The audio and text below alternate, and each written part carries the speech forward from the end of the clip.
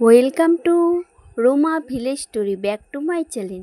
আমার প্রত্যেক বন্ধুকে জানাই অনেক অনেক ভালোবাসা ও শুভেচ্ছা। তো বন্ধুরা, তোমরা কেমন আছো? আমি তো ভালো আছি, আর তোমাদের সাথে আবার চলে এসেছি ভিডিও শেয়ার করতে।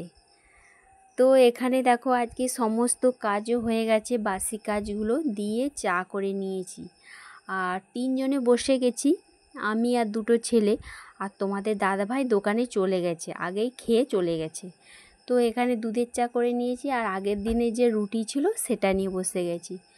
তো বাসি রুটি দিয়ে চা ভালোই লাগে এইদিকে, কিন্তু ভালো লাগলে কী হবে, শরীরের ক্ষতি হচ্ছে, মুখের সাথে আমাদের খাওয়া।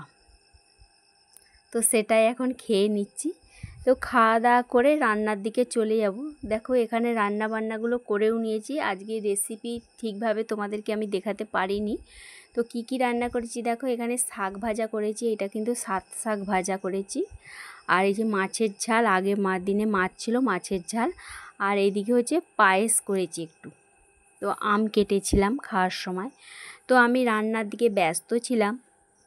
আর ছেলেকে হচ্ছে একটু পুজো করে নিতে বলেছিলাম, তো ছেলে হচ্ছে একটু চান টান করে ঠাকুরকে পুজো করে নিচ্ছে।